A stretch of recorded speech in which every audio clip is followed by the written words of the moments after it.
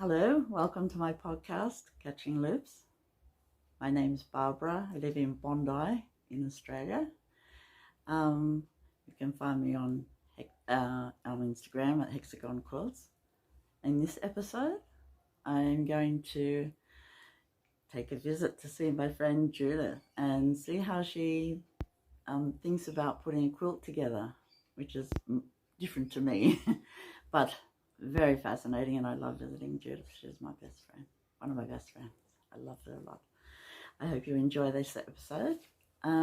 Also, John is going to skein up a ball of wool that I have made into a ball, and he's going to make it back into a skein using a very interesting Skeiner that we got like 30 years ago with the spinning wheel, which is a parlour spinning wheel. It's a little one that stands upright. Beautiful wood. We got it in Coffs Harbour from a man who used to make them for a living. He had a very nice barn made out of telegraph poles and corrugated iron. That was that's where we got that. Also, what else are we going to talk about?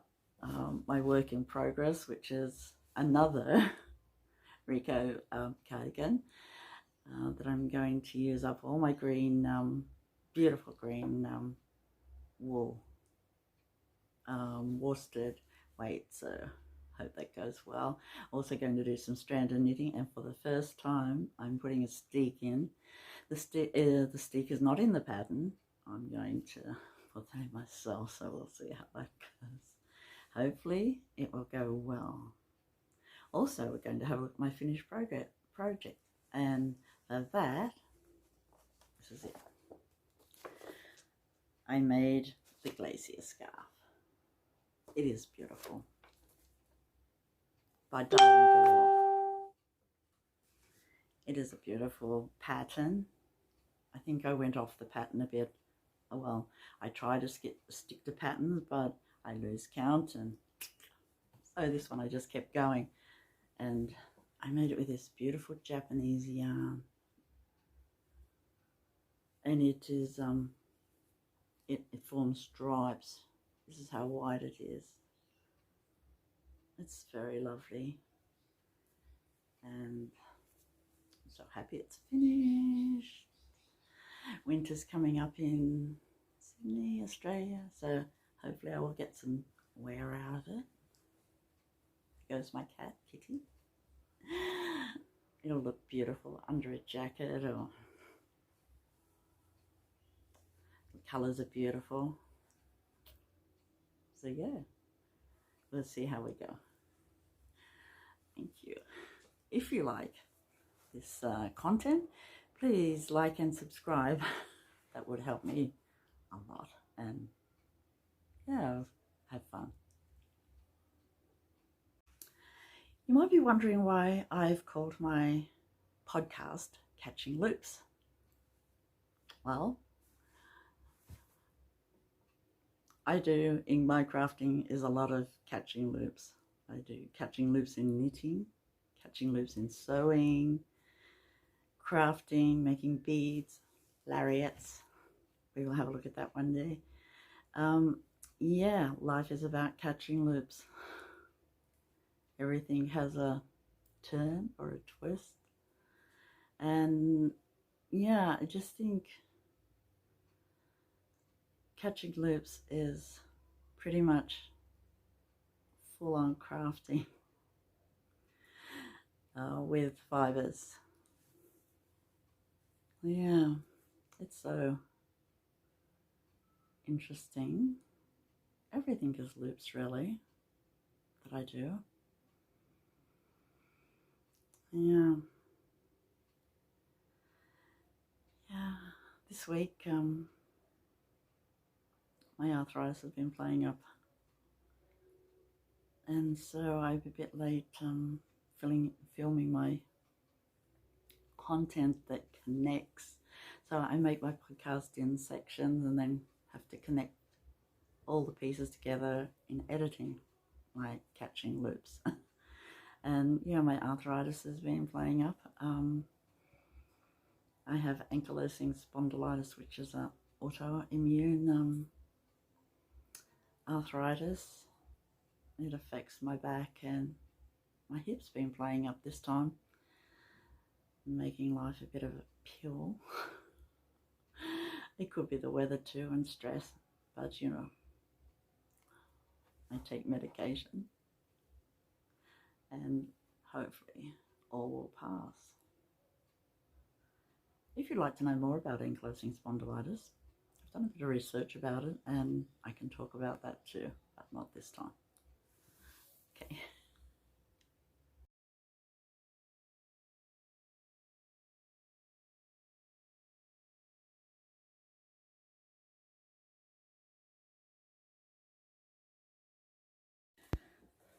This is my work in progress this week. It's another one of my favourite cardigans, a RICO. And I'm using all of my little greens.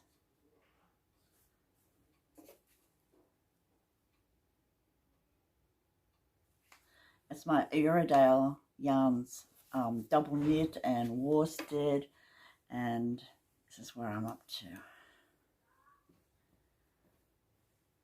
And there are a few modifications I'm making, as you can see. I've put a steek in. This is my first steek ever, and I'm winging it. And I'm going to cut up the cardigan because I wanted to do some colour work in it using this beautiful pink and green.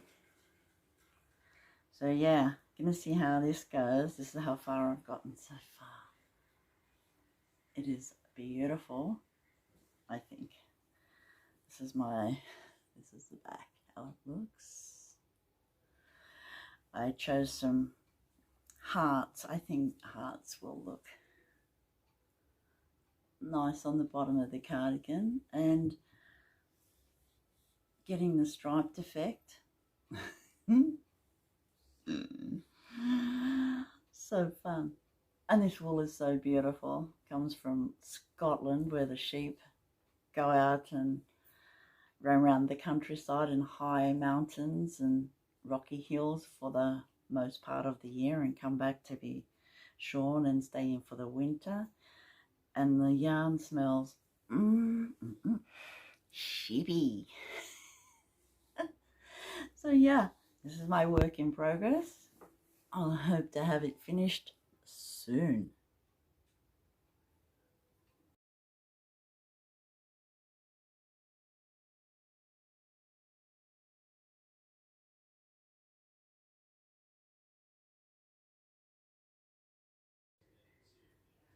This is how my beautiful scarf looks, Glacier. What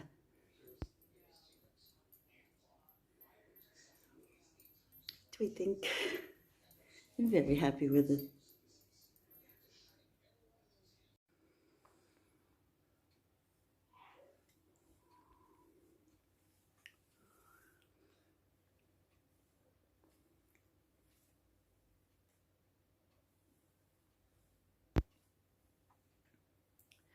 John's making a large skein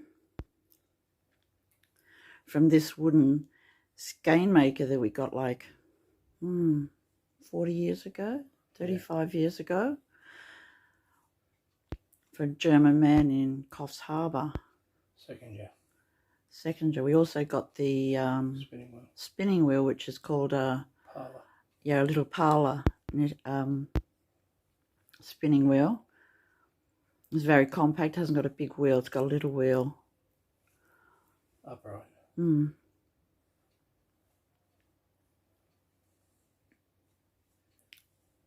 This gadget is so neat. John is more technical than me, so he really knows how to do this sort of stuff.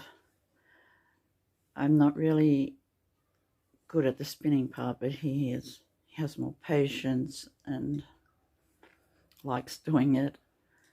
I like doing it too, but he has a better result.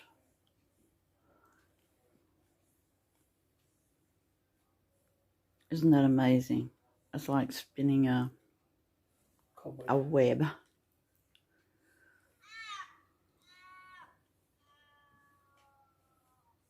Okay, thanks, Don. So let's have a look at Judith's studio and how she thinks about making quilts.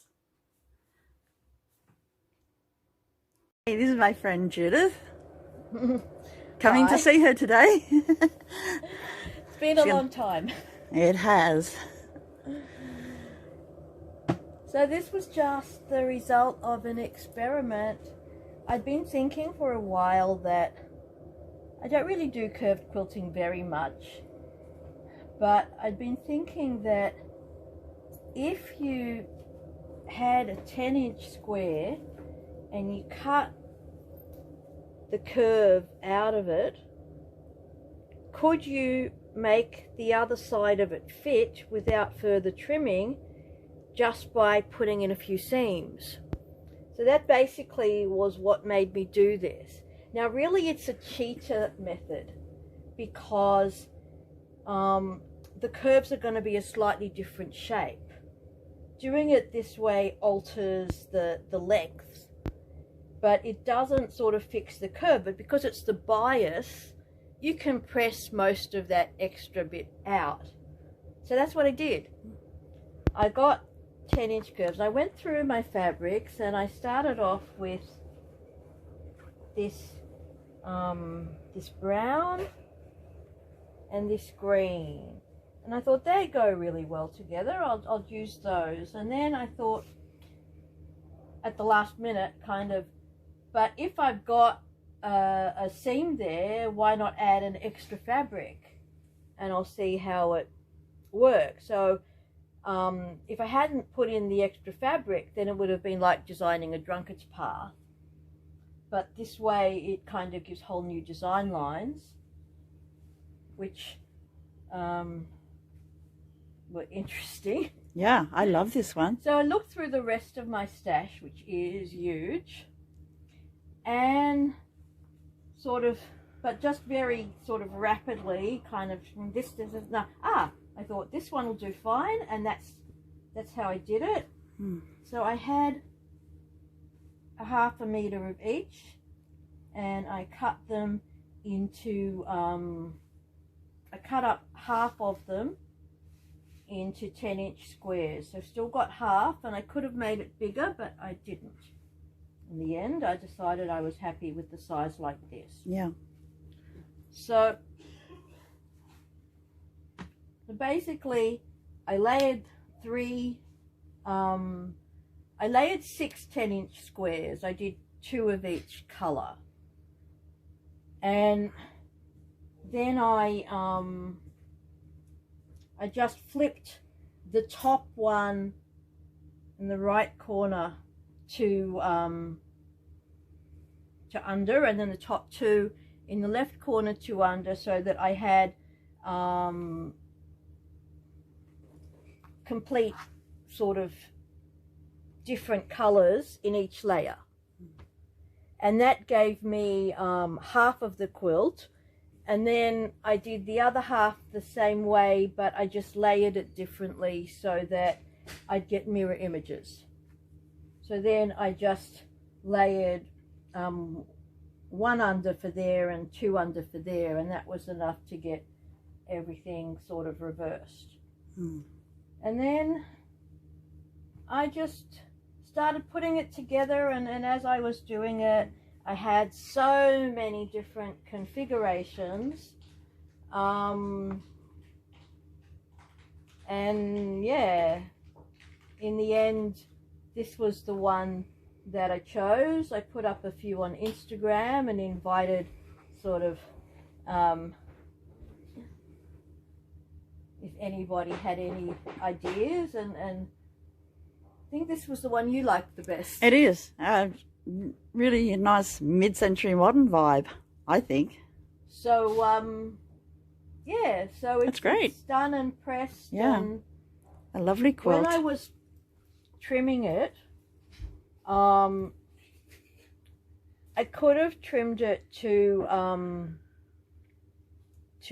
9¼ inch size squares. That would have been like the maximum, but I think in the end I trimmed them down to a 9-inch. So there's really very little fabric wastage, and there's no odd sort of scraps left. The bits that I trimmed off are really too small to do anything with. They're just, you know, rag bag. Some people use those things for stuffing, but you wouldn't want to ever wash something that was stuffed with those, because they don't dry. Yeah. And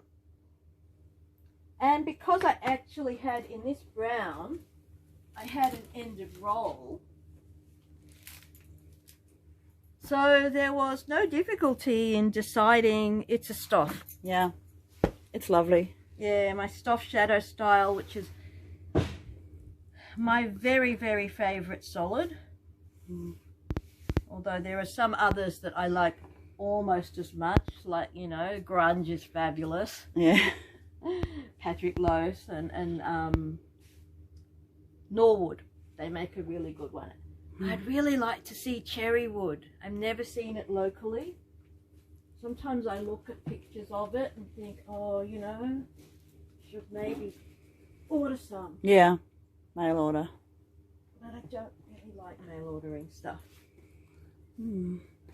And yeah, you know, I'm thinking that I'm going to quilt. Oh, I was going to say, when I was cutting it, I could have cut it so that the circle ends would match, but I didn't want it to be so matchy-matchy. So the way to match, sort of when I was cutting it down, I laid out a square ruler, which I keep over here, and I laid it out so that this line was on the diagonal, right, and I cut it square. And but then I had the choice of where did I want the circle to fall. You know, I think I actually did it always with the circle on the left side, and then it was just a question of where did I want the circle to fall.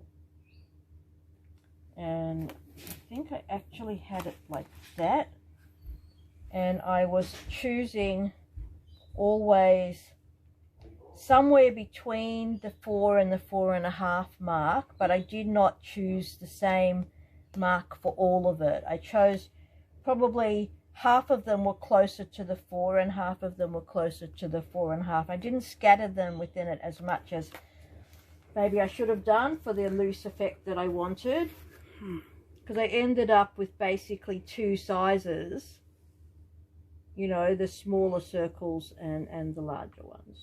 Can you talk about your binding, how you attach your binding first? So, well, I like 2.5-inch strips for the binding, and I trimmed my quilt down. As you can see, I haven't quilted it, and in the reality, I almost always put the binding on before I've quilted a quilt, which I know most people will think is is nuts. I'm a self-taught quilter and made these sort of ideas for myself before I'd ever spoken to another quilter. I do it that way too now. Yeah, I mean, you couldn't long arm it if it had the binding on. You couldn't, and some people really, you know, the quilt gets very distorted and they trim it and block it and all that sort of stuff. Yeah, I don't do that. So I trimmed it down to the approximate size, and I always start by sewing a line of straight stitch around, and then I just lay my binding on, starting, I think, oh, I could show you on the other one because I didn't do the end of it yet. So here's another one that I was doing with the same binding actually, and so I started there leaving a tail, and I always end up sort of deciding that I haven't left enough of a tail and cutting off the first few stitches when I get around. Every time. And then just going along here, and when I get to here I do the fold it up that way and fold it back that way thing around each corner, and then go around, and when I get back to here, that's when I join it up. And there's lots of ways to do this, but I usually just mark it like that. Some people will actually like measure and cut it, and then they have the exact thing, but I'm always worried that I'll do it wrong. This way, if I do it wrong, I can just unpick the thing and do it again. Actually, on this one, I was in a hurry and I did it wrong 3 times, and I thought, okay, that's a sign that I did enough sewing today. Yeah, should not really be trying to sew an hour before Shabbat. But if the food's all cooked, sometimes I do that. Yeah. Oh, I hate when I find a thread. Yeah. That I can't pull out. I just Okay, that's where I will leave this segment. Thank you, Judith. See you next time.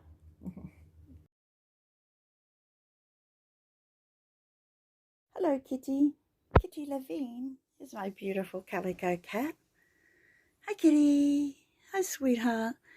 Sitting on a beautiful Flying Geese quilt that was made, must be about 15 years ago. It's all hand-pieced and hand-quilted. But Kitty fits in perfectly, don't you, kid? Levine, hi, sweet thing. It's the 20th of March. This is a view from my back window. It's been a beautiful day. An Indian summer, really. The sun is going down, but isn't it gorgeous? And the air smells so fresh after all the rain. You can see the ocean through there. It's a fair way away. Let me see if I can bring it closer. No. But yeah, see all the trees in my backyard.